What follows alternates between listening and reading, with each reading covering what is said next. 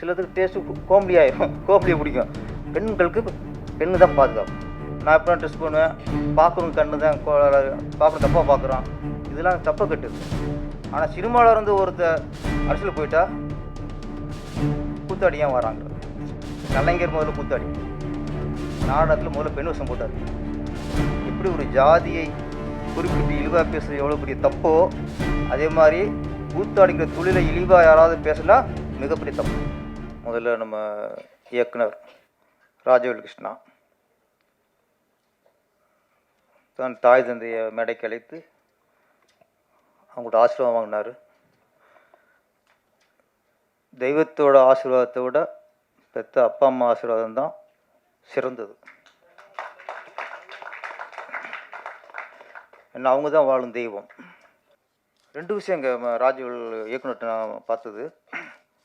ஒன்று அப்பா அம்மா பாசம், இன்னொன்று ப்ரொடியூசருக்கு எந்த வகையிலும் நம்ம வீண் செலவு பண்ணிவிடக்கூடாது.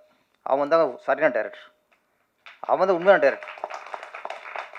எந்த இயக்குனர் நம்மளை நம்பி ஒரு படம் கொடுத்துருக்காரோ, நம்ம நம்பி இத்தனை கோடி ப்ராஜெக்ட் பண்ணுறாங்கன்னா அவங்களுக்கு தேவையில்லாத செலவு பண்ணாலே அது முதல் லாபம். லாபத்துக்கு பிள்ளையா சொல்லி அதுதான். நீங்கள் எத்தனை நாள் ஷூட்டிங் குறைக்கிறீங்களோ அந்த செலவு தான் முதல் லாபம் ப்ரொடியூசருக்கு. அப்புறம் விற்கிது அடுத்த விஷயம். ஒரு 40 நாள்னா நீங்கள் 30 நாள் எடுத்தீங்கன்னா 10 நாள் செலவு இருக்குல்ல, இது மிச்சங்க. அவர் நீங்கள் மிச்சப்படுத்துறது தான் இன்றைக்கி ப்ரொடியூசருக்கு லாபம். அது கரெக்டாக பிளான் பண்ணியிருக்காங்க.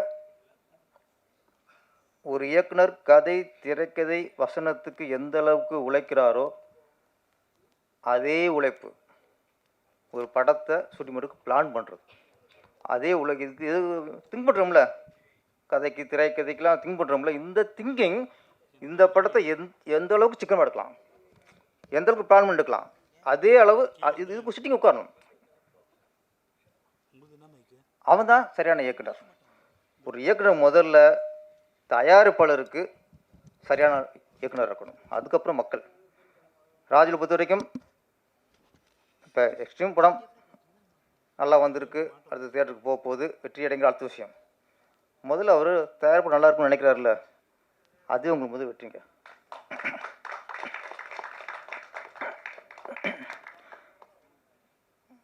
நிறைய பேர் பேசிட்டு போயிட்டாங்க, நம்மளை கடைசி விட்டாங்க. ஆமாம், இயக்குனர் உதயகுமார் சார், அவர் ரேவதியை கதாநாயகியை வச்சு படம் பண்ணியிருக்கிறாரு, குஷ்பு கதாநாயகி வச்சு படம் பண்ணியிருக்கிறாரு, மீனா கதாநாயகி வச்சு படம் பண்ணியிருக்காரு, நதியா. இப்படி இந்த 90s யார் யார் உச்சத்தில் இருந்தாங்களோ அத்தனை கதாநாயகியும் வச்சு ஒரு படம் பண்ணியிருக்காரு.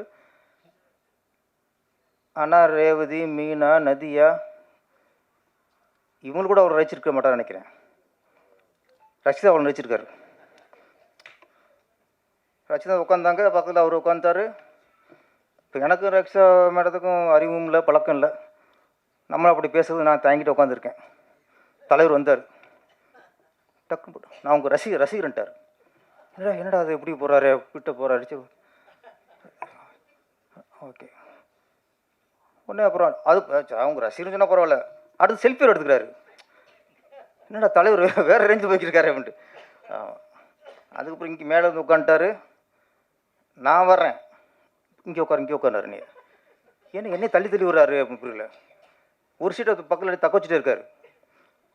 அப்புறம் ரக்ஷா வந்தோடனே நீ இங்கே உட்காருனாரு. அடாப்பா, இதுக்கு தான் என்ன தள்ளி விட்டலான்ட்டு. ஆமாம், அந்தளவுக்கு. இப்போ இவர் சொன்னார் டைரக்டர் ராஜவேல், நாங்கள் ஷூட் பண்ணும்போது மானிட்டரில் பார்ப்போம், மானிட்டரில் பார்க்கும்போது இந்த பொண்ணுக்கு கண்ணு சூப்பராக இருக்கா, பவராக இருக்குது, அப்படி இருக்குதுன்னு நான் சொன்னேன்னாப்பில். நீங்களாம் கேமரா வழியாக மானிட்டரை பார்த்தேன் கண்ணை பவரை தெரிஞ்சுக்கிட்டிய. உதயகுமார் சார் பார்த்தீங்களா, ஸ்ட்ரெயிட்டாக பார்த்தியா அந்த பொண்ணு கண்ணு அப்படின்ட்டார். அதுதான் சீனியர் தான், ஜூனியர் தான்.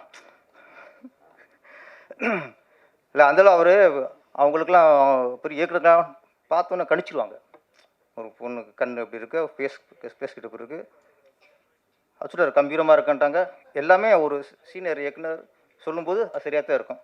நம்ம அவர் வாக்குப்படி, அவர் ஆசிரியப்படி இங்கே இன்னும் பெரிய லெவலுக்கு வரணும். அப்புறம் இந்த படம் பாடல் சிறப்பாக இருந்தது. எடிட்டிங் எல்லாமே சிறப்பாக இருந்தது. ட்ரெய்லர் ரொம்ப சூப்பர். படத்தோட ஓரளவு யூகிச்சது கண்டென்ட்டு ஒரு பெண்களுக்கான ஒரு விஷயந்தான்.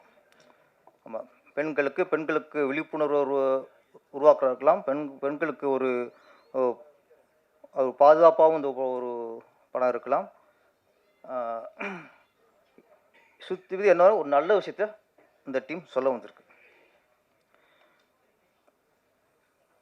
நம்ம வந்து பெண்கள் வந்து இன்றைக்கி சொல்கிறோம், இன்றைக்கி ஆணுக்கு நேராக பெண்கள் வந்துட்டாங்க. எல்லா வகையிலும் இன்றைக்கி எந்த வகையிலையும் ஆண்களுக்கு பெண்கள் வந்து குறைஞ்சதில்லை. நாங்கள் ஃப்ளைட் ஓட்டுறோம், சிஎம் ஆகிட்டாங்க, பிரதம மந்திரி ஆகிட்டாங்க, கலெக்டர் ஆகிட்டாங்க, எல்லாம் ஆகிட்டாங்க. ஒத்துக்கொண்டு தான். ஏன்னா இன்றைக்கி ஆண்களோட சில விஷயத்தில் அவங்க பெண்கள் கொஞ்சம் மேலே தான் இருக்காங்க. ஆனால் ஒரே ஒரு விஷயம், இன்றைக்கி பேப்பரை பார்த்தா, நியூஸை பார்த்தா, இந்த பாலியல் தொல்லை, பலாத்காரம் இது அதிகமாகிட்டே இருக்குது. மற்ற வகையில் ஆண்களுக்கு நிகராக பெண்கள் இருக்கும்போது அவ்வளோ உயர்ந்துட்டாங்கும் போது இந்த இது மட்டும் ஏன் வந்துட்டு இருக்கு? என்ன காரணம்? இப்போ கொஞ்சம்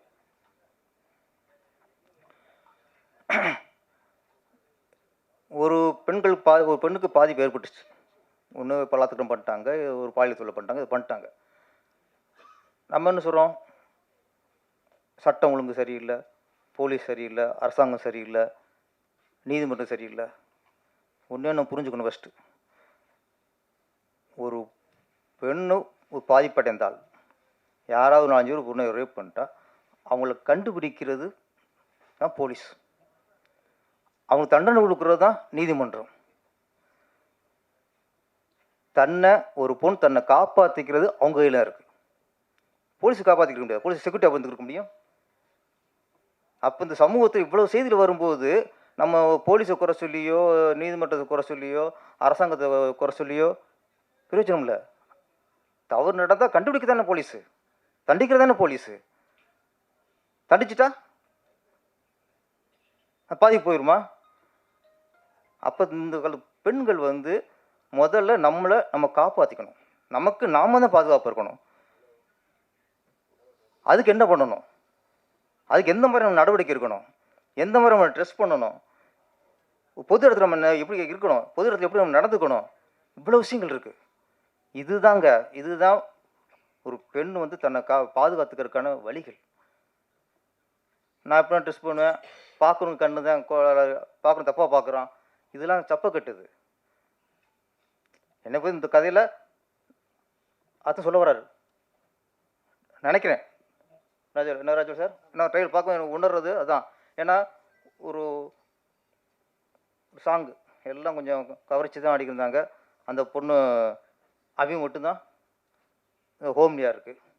சில இடங்களில் சிலதுக்கு டேஸ்ட்டு ஹோம்லியாகிடும், ஹோம்லியாக பிடிக்கும். என்ன இருந்தாலும் அந்த ஒரு பெண்களுக்கு பெண்ணு தான் பாதுகாப்பு.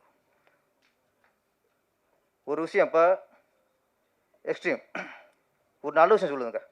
சினிமா வந்து நம்ம இந்த உலகத்தில் இந்த நாட்டிலே சரி மிக உயர்ந்த ஒரு சாதனம் சினிமா. சினிமா தான் நிறைய நல்ல விஷயம் மக்கள் சொல்லுது. இன்றைக்கி வந்து ஒரு ஆன்மீகவாதி யாரும் பேசுகிறதில்ல, அரசியல்வாதி யாரும் பேசுகிறதில்ல. இந்த ஒரு பெண்ணுக்காக பாதுகாப்பாக எப்படி இருக்குன்னு இப்போ இந்த படம் சொல்லுது. எத்தனை படம் வந்து ஒரு குடினால எத்தனை குடும்பம் கெட்டு போகுது, குடினால சமூகம் வந்து சீரழின்னு எத்தனை படம் சொல்கிறோம். சினிமா தான் சொல்லுது. குடும்பத்தோட கூட்டு குடும்பமாக இருக்கணும், பாசம் இருக்கணும், சினிமா சொல்லுது. அண்ணன் தங்கச்சி பாசமாக இருக்கணும், சினிமா சொல்லுது. பையன் அம்மா எப்படி கவனிச்சுக்குங்கிறத சினிமா சொல்லுது. அப்பா பையன் எப்படி இருக்கணுங்கிறது சினிமா சொல்லுது. எல்லா நல்ல விஷயத்தை எல்லாமே இன்னைக்கு சொல்லிக்கிட்டு இருக்குது சினிமா சினிமா சினிமா. எங்கேயாவது ஒரு மேடையில் அரசியல்வாதிங்க குடிக்க சொல்லியிருக்காங்க சொல்லுங்க தம்பி, யாரும் குடிக்காதீங்க, குடித்தா அவங்க குடும்பம் சீரழிச்சிடும். அவங்க சொல்லணும். அரசியல்வாதி வந்து மக்களுக்காக வந்தவங்க, மக்கள் சேவைக்காக வந்தவங்க. பெண்கள் எப்படி இருக்கணும், பெண்களுக்கு அட்வைஸ் யாராவது ஒரு அரசியல் பேசுகிறாங்களா? குடியை பற்றி யாராவது பேசுகிறாங்களா? யாராவது ஒரு இப்போ யாராவது அரசியல்வாதி ஜாதி ஒன்று சொல்கிறாங்களே? எத்தனை படங்க நம்ம திரைப்படம் வருது? ஜாதி கூடாது, ஜாதி ஒழிக்கணும், எல்லாரும் சமம், எல்லாம் சமங்கிறது எத்தனை சினிமா சொல்லிக்கிருக்கோம்? யாராவது ஒரு அரசியல்வாதி நாங்கள் ஜாதி ஒழிப்போம் சொல்கிறாங்களா? சொல்ல மாட்டோம். மதம் நம்ம எம்மோது சம்மந்தம் எத்தனை படம் வந்துருக்கு? அரசியல் சொல்லுவாங்களா? இன்றைக்கி அரசியல்வாதிகள் சொல்ல வேண்டியது, ஆன்மீகவாதி சொல்ல வேண்டியது எல்லாத்தையுமே இன்றைக்கி சொல்லிக்கிறதுக்கு நம்ம சினிமா சொல்லிக்கிட்டு இருக்கு. குடிக்காத, பெண்ணை கெடுக்காத, அம்மா மதி, அப்பாவை மதி, நட்பை மதி, எல்லாத்தையும் எங்கள் சினிமா சொல்லிக்கிட்டு இருக்கு. ஆனால் எங்கள் சினிமாக்காரங்க இவ்வளோ கூத்தாடி.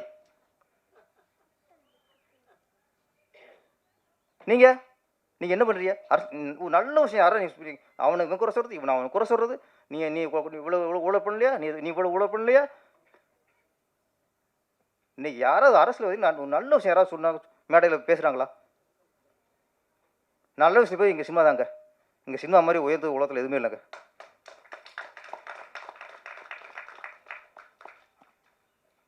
ஒரு சில அரசியல்வாதிகள், அரசியல் குடும்பத்தில் வந்து அரசியல்வாதிகளோ எங்கள் சினிமாவுக்கு வருவாங்க, நடிப்பாங்க, பண்ணுவாங்க. யாராவது சினிமா அரசியல்வாதி நடிக்க வரணும்னு கேட்க மாட்டோம். நாங்கள் கேட்குறோமா? எத்தனை காலமாக நம்ம எத்தனை அரசியல் வந்திருக்காங்க, கேட்க மாட்டோம். ஆனால் சினிமாவில் இருந்து அரசியல் போயிட்டா கூத்தாடி ஏன் வராங்கிறது. அப்போ அரசியல்வாதி நீங்கள் நடிக்க வந்தால் நாங்கள் ஏற்றுக்குவோம், சினிமாக்காரன் அரசியலுக்கு வந்தால் நீங்களே ஏற்றுக்க மாட்டீங்க. உதயகுமார் சொன்னார்ல, சினிமாக்காரன் எதுக்கு எதே என் பிள்ளைங்க ஏன் கூச்சல் புரிய, ஏன் இவ்வளோ கட்டம் கட்டுறீங்க? நான் எதுக்கு சொல்கிறேன்னா, நாங்கள் நல்லது சொல்கிறோம். இன்னைக்கு ராஜுவில் சொல்கிறாரு, பெண்ணை நீ பாதுகாப்பாரு. ஒரு பெண்ணு பாதுகாப்புக்கான ஒரு படம் தான் அந்த படம். இதை நீங்கள் சொல்கிறீங்களா?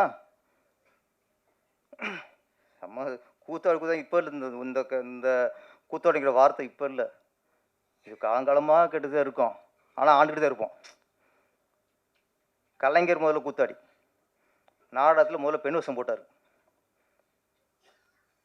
எம்ஜிஆர் கூத்தாடி தான். நாங்கள் கூத்தாடி பெருமையாக சொல்லுவோம் நாங்கள், ஏன்னா நான் நல்லது சொல்லிக்கிருக்கோம். எம்ஜிஆர் சொல்ல எம்ஜிஆர் எம்ஜிஆர் படம் பார்த்து எத்தனை பேர் தாய்ப்பாசம் வந்துச்சு? எம்ஜிஆர் படத்தை பார்த்து எத்தனை பேர் அம்மா காலில் விழுந்து கும்பிட்டான்? எம்ஜிஆர் படத்தை பார்த்துட்டு எத்தனை பேர் அம்மா தெய்வமாக நினச்சான்? அவங்களுக்கு கூத்தாடி அப்பா அம்மா மதிக்காமல் ரோட்டில் விட்டுவிட்டு இருக்கிறவங்க உங்களுக்கு உயர்ந்தவங்க. எம்ஜிஆரும் கூத்தாடி தான். அடுத்து ஜெயலலிதா வந்தாங்க, அவங்களும் கூத்தாடிங்க, அவங்களும் கூத்தாடி தான். புரட்சிக்கலைஞர் விஜயகாந்த் வந்தார், அவரும் கூத்தாடி தான். இன்றைக்கி விஜய் சார் அரசியலுக்கு வந்திருக்காரு, நீங்கள் அவரும் கூத்தாடின்னு சொன்னீங்க. நீங்கள் கூத்தாடி கொஞ்சம் சொல்லிட்டே இருப்பீங்க, எங்களுக்கு அது இல்லை. நாங்கள் கூத்தாடி பெருமை நினைப்போம். என்னென்னா, கூத்தாடிங்களாம் வந்துட்டாங்க அப்படிங்கிற அந்த இழிவாக சொல்லாதீங்க. கூத்தாடிங்கிறது பெருமையான வார்த்தை, அதை நீங்கள் இழிவுபடுத்தாதீங்க. கூத்தாடிங்க ஏன் வந்தாங்க, கூத்தாடிங்க வந்துட்டாங்க அப்படிலாம் யாரும் நீங்கள் இழிவுபடுத்தாதீங்க. கூத்தாடிக்கிற தொழில் எப்படி ஒரு ஜாதியை குறிப்பிட்டு இழிவாக பேசுறது எவ்வளோ பெரிய தப்போ, அதே மாதிரி கூத்தாடிங்கிற தொழிலை இழிவாக யாராவது பேசுனா மிகப்பெரிய தப்பு. அது கண்டனத்துக்குரியது. நான் திரும்ப என்ன சொல்கிறேன்னா, சினிமாவில் தான் நல்ல விஷயங்களே நாங்கள் சொல்லிக்கிட்டு இருக்கோம். சினிமா வாங்க அப்புறம் ஓப்பனிங்லேயே சென்சார் போகிற முன்னாடியே வாய்ஸ் வரும், குடிப்போது உடல்நலத்திற்கு கேடு, புகைப்பிடித்தல் புற்றுநோய் உண்டாக்கும். யார் சினிமாவில் எல்லா சினிமாவிலையும் வருஷத்தில் 150 படத்துக்கு மேலே வந்துச்சுன்னா 150 படத்துலையும் நாங்கள் சொல்லுவோம், ஃபஸ்ட்டு பிகினிங்கை குடியை கெடுக்கும், புகைப்பிடிப்பது புற்றுநோய் உண்டாக்கும்.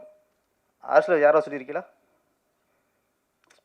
நீங்கள் என்ன நீங்கள் வந்து எங்களை கூத்தாடிங்கன்னா நீங்கள் ஒன்று பண்ணுங்க, ஒவ்வொரு அரசியல் மேடையும் ஃபஸ்ட்டு மீட்டிங் ஆரம்பிக்கிறதுக்கு முன்னாடி நீங்கள் இதை சொல்லுங்கள், உங்களுக்கு மக்கள் மக்களுக்கு நாங்கள் ஒத்துக்கிறோம், இது சொல்லிட்டு ஆரம்பிங்க. சிஎம்மாக இருக்கட்டும், இல்லை அமைச்சராக இருக்கட்டும், எம்எல்ஏ இருக்கட்டும், ஒரு கூட்டத்தில் அன்னைக்கு எந்த கூட அன்னை யார் பெரியவங்களோ அவங்க இந்த வார்த்தை சொல்லிவிட்டு நீங்கள் உங்கள் மீட்டிங் ஆரம்பிங்க. ஆமாம், அங்கேயும் நீ சொல்கிற மாதிரி குவார்ட்டருக்கு பிரியாணி வாங்கி கொடுத்து கூட்டத்தை கொண்டு வராங்க, அவங்க சொல்லுவாங்க.